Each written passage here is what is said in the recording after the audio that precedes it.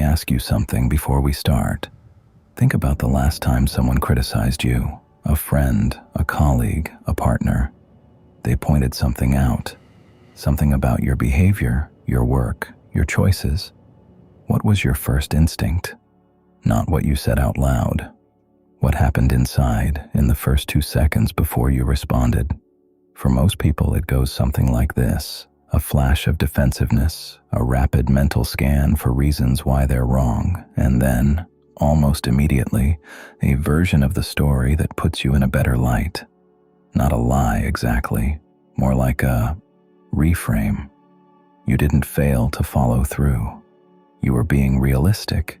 You weren't avoiding the conversation. You were choosing your moment. You weren't jealous. You were concerned. Here's what I found when I started investigating this. That reframe isn't random. It isn't weakness. It isn't even dishonest in the way we usually mean the word. It's a system, sophisticated, fast, and built directly into how human minds work. And once I understood how it operates, I couldn't stop seeing it everywhere, in other people, in myself, in decisions I thought I had made freely for years.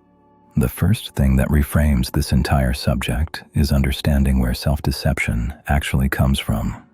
Robert Trivers, an evolutionary biologist at Rutgers University, spent decades building a case for something that most people find deeply uncomfortable. Self-deception evolved because it works, not in spite of being irrational, because of it. His argument goes like this: when you consciously know you're being dishonest, that knowledge leaks. Micro-expressions, vocal tone, subtle hesitations. Other people pick these up constantly, often without realizing they're doing it. But when you genuinely believe your own version of events, none of that leakage happens. You present with full conviction because you feel full conviction. This means that the most effective way to deceive others was, evolutionarily speaking, to first deceive yourself. The person who could convince themselves they were brave, capable, and right, even when the evidence was mixed, had a social and survival advantage over the person who saw themselves with perfect clarity. Think about what that means for the present day. Every time your mind quietly edits a memory to make you look better.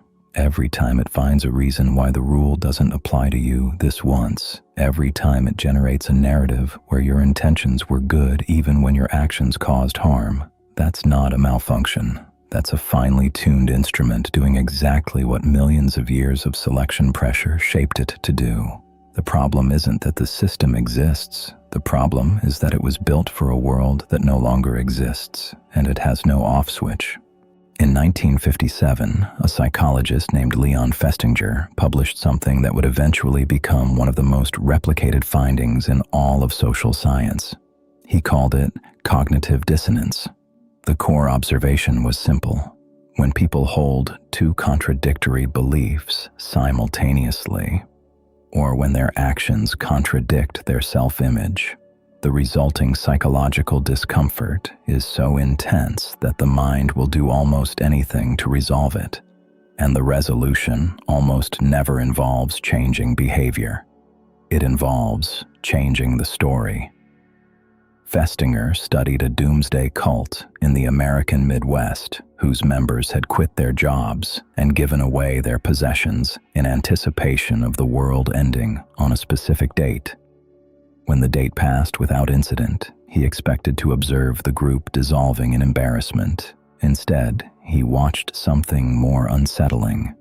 Within hours, the group had generated a new narrative.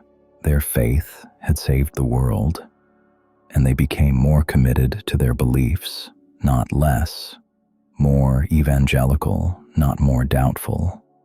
This is cognitive dissonance resolution in its most dramatic form. But Festinger's subsequent research showed it operating in exactly the same way in ordinary life, thousands of times a day. A smoker who knows the health risks doesn't quit. They generate reasons why it won't affect them personally. A person in a failing relationship doesn't leave. They build an increasingly elaborate case for why things will change. Someone who made a poor financial decision doesn't acknowledge the mistake.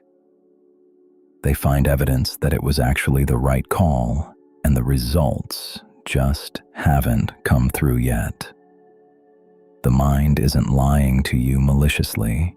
It's doing something it genuinely believes is more important than accuracy. It's protecting the coherence of your identity, because a self that is consistent, capable, and morally sound is easier to operate than a self that is contradictory, fallible, and sometimes wrong. The architect of the lie isn't some dark part of you. It's the part that's trying hardest to keep you functional. Here's where the investigation took a darker turn. Because while self-deception evolved as a protective mechanism, the environments we now live in, long-term relationships, complex careers, health decisions that compound over decades, require something the system was never designed to provide: accurate self-assessment over time. Researcher Shelley Dunn at the University of California found that people consistently overestimate their own contribution to collaborative work. In studies where pairs were asked to estimate what percentage of the work they had personally done, the two estimates almost always added up to more than 100%. Both people genuinely believed they had contributed more. Neither was lying.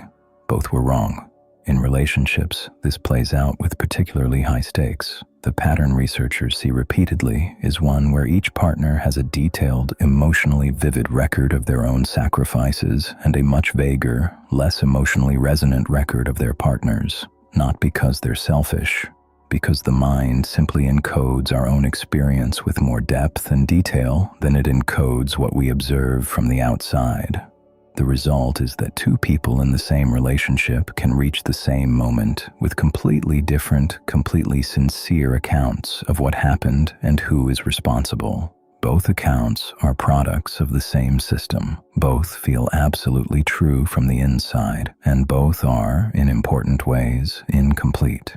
In careers, the cost is different. Psychologist David Dunning, of the Dunning-Kruger effect, spent years documenting how people with the least competence in a given area consistently have the highest confidence in their own ability, not because they're arrogant, because the same skills required to recognize high-quality performance are the skills required to produce it. If you lack them, you can't see that you lack them.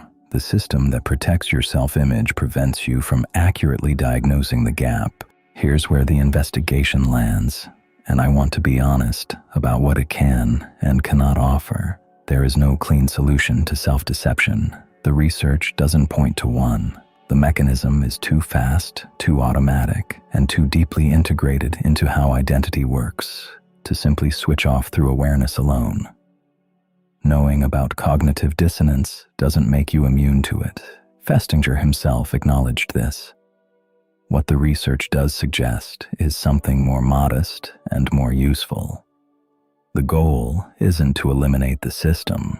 It's to create small gaps between the moment something happens and the moment your mind files the official version of events. A question that researchers like Timothy Wilson at the University of Virginia have found consistently useful. Not what happened, but what would someone who disagreed with me say happened, not as a rhetorical exercise, as a genuine attempt to reconstruct an alternate account with the same level of emotional detail you brought to your own. It's uncomfortable. That discomfort is the system resisting. I think about this now when I notice myself generating explanations very quickly. When the story arrives fully formed before I've had time to actually examine it. That speed, that fluency, is the signal, not evidence that the story is true, evidence that the system is working. You lie to yourself every day. So do I.